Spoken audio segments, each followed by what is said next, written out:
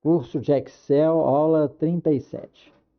Agora nós vamos fazer o mesmo gráfico da aula anterior, já completo em sua funcionalidade, né? Podemos colocar outras janelas abrindo, fechando com os dados e tal. Vamos se preocupar com isso no futuro. Nós vamos verticalizar aquele gráfico, porque é o formato tradicional. E isso vai ser muito útil para mostrar a vocês determinados macetes, né? Porque o formato horizontal é muito fácil. Agora a gente entra com a formatação para explicar, né, como que é a conversão de um formato no outro. E vocês poderem avaliar aí para suas aplicações, né? Já digo de cara o seguinte, se vocês precisam de um produto rápido, usem a solução rápida, ou seja, o gráfico horizontal. Então, agora estão vendo ele vertical. Eu esqueci de tirar as bordas da table aqui, ó, de HTML, novamente destacando que a lista de HTML está aí para todo mundo poder ver, tá? Bom, então aqui estão as barras, né? Como os números, os totais são muito parecidos dos estados, elas praticamente ficam com o mesmo tamanho. Você nota que a barra de São Paulo, ela tem um comprimento menor porque o label dela veio um pouco para baixo, tá? Então vamos clicar aqui, ó, mesmo comportamento anterior, e olha só agora o gráfico de Minas Gerais, o tamanho total dele, e os valores aqui, mas já na escala de cidades, tá? Quer dizer, mostrar é muito fácil. Agora vamos ver lá dentro da script as modificações. Agora cabe destacar o seguinte, o grande segredo é você conseguir ler o banco de dados e ler os registros e separá-los, separar os campos. Feito isso, o resto é formatação, tá? Então, a linguagem de script fica responsável por ler o banco de dados e trazer os dados e os seus campos. E já a formatação, ou seja, o JavaScript, o HTML, os estilos CSS3, tudo tem playlist nesse canal, vocês podem olhar à vontade, é tudo gratuito. Eles é que vão variar o formato. No núcleo aqui, a leitura de banco de dados é exatamente a mesma do gráfico horizontal. Só varia a exibição. Então, por isso que nós temos essa diversidade de linguagens, né? Nós temos o banco de dados, função, armazenar dados. Nós temos linguagem de scripts, função, ler os bancos de dados, as tabelas, os registros, né? Função do HTML, apresentar, né, as coisas formatadas. Função dos estilos, apresentar os formatos em detalhe, ou seja, variar tamanho de fonte, de letra, colocar cores, colocar efeitos e tal. Positivo? Então agora vamos ver o que foi modificado na script. Ela se chama, vamos ver nossa área de rascunho, ó. É a mesma Lê Banqueiro, acrescentamos underline vertical e estamos fazendo em outra script, porque como ela varia estilo, varia o HTML, varia as coisas lá dentro, né? A disposição, nós preferimos lançar em outro PHP, em outro script. Tá ok? Então vamos ver a script. Vamos ver a script. Vamos dividir a nossa explanação em duas coisas.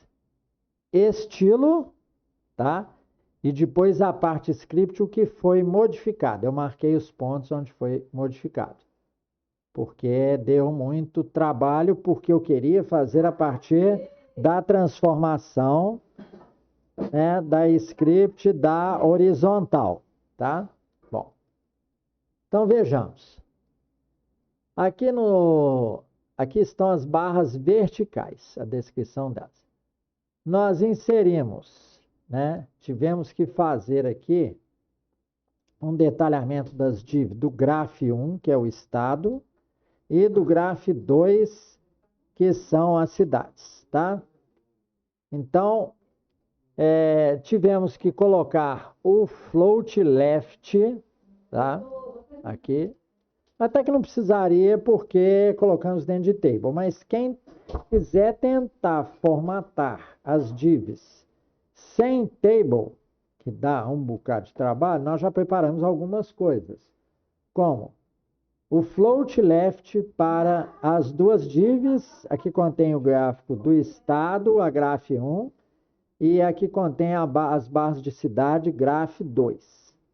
Colocamos o display inline block, como eu disse, já estamos preparando vocês para usar puramente divs. E tivemos que colocar a altura, vocês vão ver por quê.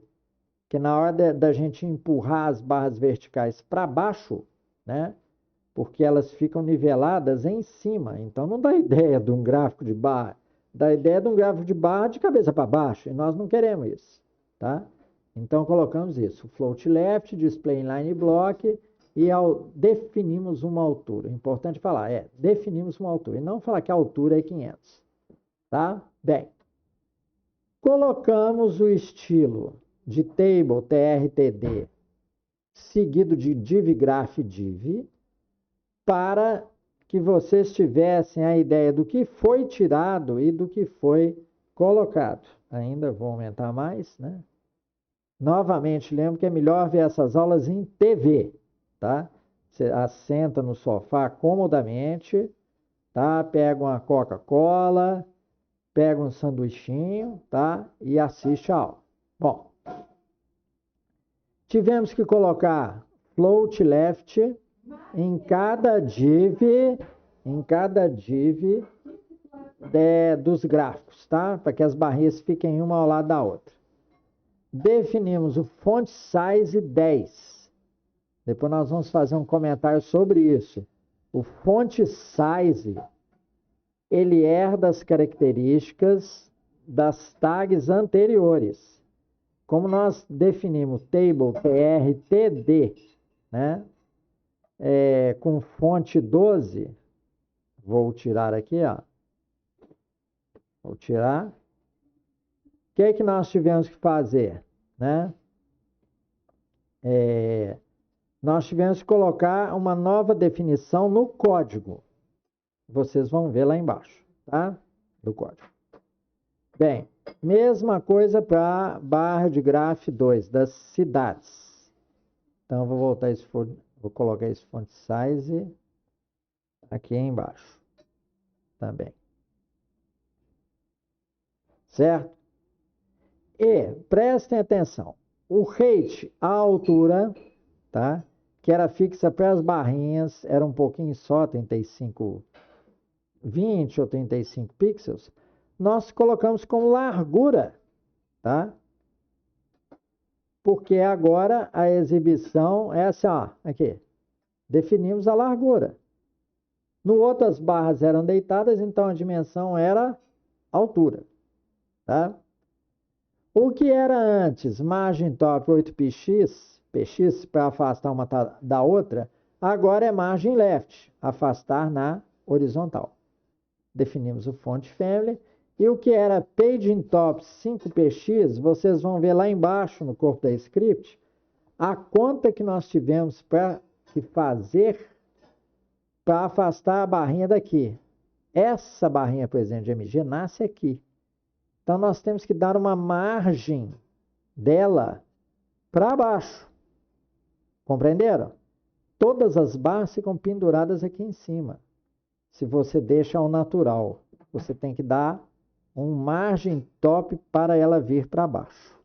Tá bom? E o margem top varia. Vocês vão ver a operação aqui dentro do código no loop. Tá bom? E definimos a table, né? As propriedades de table aí, nenhuma novidade, tá? Então, o que nós vamos analisar é tão somente as barrinhas de gráficos, tá? Os gráficos estão aqui, ó. Gráficos, novo, essa parte aqui, a partir da linha, vamos numerar aqui, a partir da linha 149, correto? Então, vamos nos preparar para isso. Bem, então vamos ver as barrinhas aqui com bastante cuidado. Eu até marquei o código, deixei o código anterior aqui nesse comentário, tá? E agora vamos ver como é que ele ficou. Vocês se lembram que eu falei que a barra nasce aqui em cima, todas. Aí fica feio. Fica como se fosse um gráfico de cabeça para baixo. Eu tenho que dar o margem top aqui, ó, para fazer ela descer exatamente aquilo que vai dar a impressão de que todas estão niveladas, né, no fundo da célula da table. Então, vejam bem, a diferença que eu faço aqui do paging top é o máximo de UF. Qual que é o máximo? Aqui. O F máximo. Acho que eu vou ter que variar bem aqui em cima. Olha lá. Mas é o máximo de altura. Vamos ver aqui. O F altura aqui, ó. Tá? E tem o F máximo que veio, ele pegou a altura do maior segmento, da maior barrinha, tá? E definimos uma altura aqui, o F, de 100, tá? Nós vamos ver o que é isso. Bom, aí vamos lá para o loop. Então, vejam bem, nós precisamos fazer uma conta de quanto que vai ser o paging top. Estão vendo ele aqui, ó? De cada barrinha, na base do seguinte: o máximo obtido menos o valor corrente, certo? É a diferença, tá bom?